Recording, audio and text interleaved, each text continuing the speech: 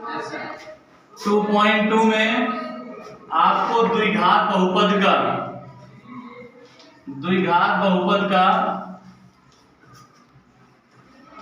शून्यांक पता करना है। ठीक, तो द्विघात बहुपद जो होता है वो हमेशा ax² + bx + c के रूप में पाया जाता है, जहां a b c पूर्णांक होते हैं और उसके साथ साथ a जो रहेगा वो 0 नहीं रहेगा। मतलब कहने का ये है कि b और c 0 हो सकते हैं लेकिन a 0 नहीं रहेगा, क्योंकि अगर a 0 हो जाएगा तो इसका द्विघात समीकरण जो है नहीं रह जाएगा, इसलिए a 0 नहीं होना चाहिए, तब ये द्विघात बहुपद कहलाता है। ठीक, अब इसका शून्यांक ज्ञात करने के लिए जैसे उदाहरण के रूप में 4s² + 4s + 1 एक समीकरण है जो 4s² - 4s + 1 है।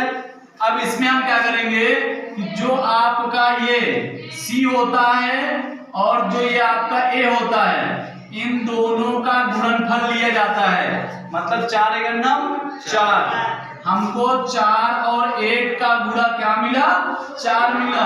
हमको दो ऐसी संख्याएं चाहिए जिसको अगर हम जोड़ दें, यहाँ पे प्लस सिंबल लगा हुआ है, जो यही जो प्रतीक होता है, ठीक, मध्य टर्म के, मिडिल टर्म के किनारे वाला प्रतीक होता है, वही समीकरण में प्रयोग होता है। तो प्लस अगर लगा है तो हमको दो ऐसे अंक चाहिए जिसे हम जोड़ें तो 4 आ जाए और गुणा करें तो भी 4 आ जाए। तो हम क्या लेंगे? 4s² - 2 + 2, 2 में 2 जोड़ने पर 4 आएगा और 2 दूना 4 हो जाएगा। अब 4s² - 2s - 2s + 1, अब इन दोनों में कॉमन क्या दिखाई दे रहा है? अब इन दोनों में अगर हम उभय निष्ठ चेक करेंगे तो 2 × 1 = 2, 2 दूना 4, यस भी दोनों में है, इसलिए उभय निष्ठ बनेगा 2s। ब्रैकेट में क्या बचेगा?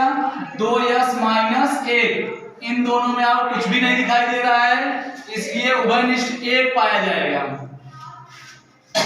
-1, 2s - 1, इस निगेटिव को कॉमन लेने के कारण ये धन जो है ऋण में परिवर्तित हो जाएगा। अब एक ब्रैकेट में 2s - 1, अगले ब्रैकेट में भी 2s - 1। अब आपको पता करना है, इनका शून्यांक पता करना है। तो शून्यांकों के लिए जो आपके गुणनखंड निकले हुए हैं उनको हम शून्य के बराबर लेंगे। जैसे 2s - 1 = 0, 2s - 1 = 0 लोगे तो 2s बराबर हो जाएगा 0 + 1, 0 में 1 जोड़ोगे तो क्या हो जाएगा? 1, तो s बराबर 1/2, ठीक है ना। इसी प्रकार से दूसरा खंड भी हमारा 2s - 1 ही है, दूसरा खंड भी 2s - 1 है, इसको भी 0 लोगे तो s बराबर 1/2 आएगा। तो ये दोनों शून्यांक आपके निकल आए। ठीक, अब निकालना है शून्यांकों के बीच संबंध। तो संबंध का सूत्र क्या होता है? शून्यांकों के संबंध के रूप में मूलों का योग -b/a होता है। अब यहाँ पे देखिए, a काम कर रहा है 4, b काम कर रहा है -4, ठीक है ना। तो -4/4, अब 4 निगेटिव पॉजिटिव बन गया, 4/4 काटोगे 1 आ जाएगा। अब इसके बाद मूलों का गुणनफल, ठीक है ना। शून्यांकों का गुणनफल क्या होता है? c/a। c का काम कौन कर रहा है? +1, 1 काम कर रहा है 4, 1/4। देखिए 6x² - 3 - 7x, ध्यान दीजिए यहां पे पहले आप इस द्विघात समीकरण को, ठीक है ना, समीकरण के रूप में इसको सेट करोगे।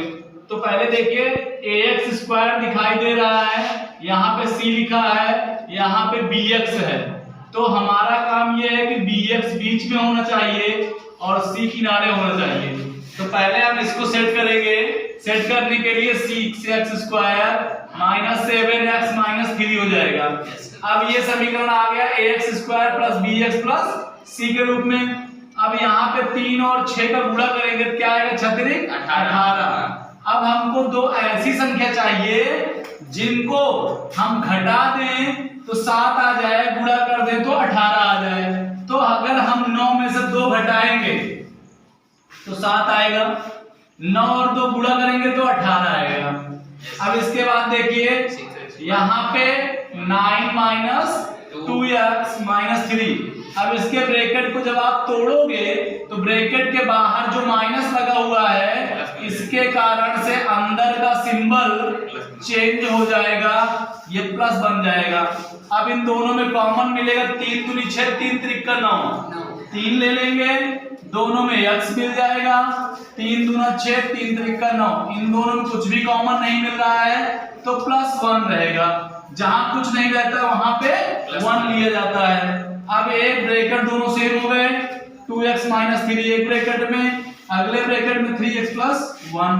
अब शून्यांक निकालने हैं। शून्यांकों के लिए जब 2x माइनस 3 बराबर 0 लोगे तो 2x बराबर आ जाएगा 3।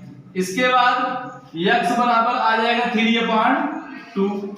इसी प्रकार से 3x प्लस 1 बराबर 0 लोगे तो 3x बराबर आ जाएगा -1 और x बराबर -1/3। ये हो गए दोनों शून्यांक। अब इन शून्यांकों का संबंध निकालोगे जब, तो संबंध का फार्मूला क्या होता है, alpha plus beta is equal to -b/a। Minus b काम और करना -7 तो -7। उसके बाद a काम कर रहा है 6 तो नीचे लिखेंगे 6। अब ब्रैकेट तोड़ने पे नेगेटिव नेगेटिव पॉजिटिव बन जाएगा 7 5 6। अल्फा बीटा मतलब शून्यांकों गुणनफल -3/6 कट करेंगे, 3 × 3 3 दूना 6।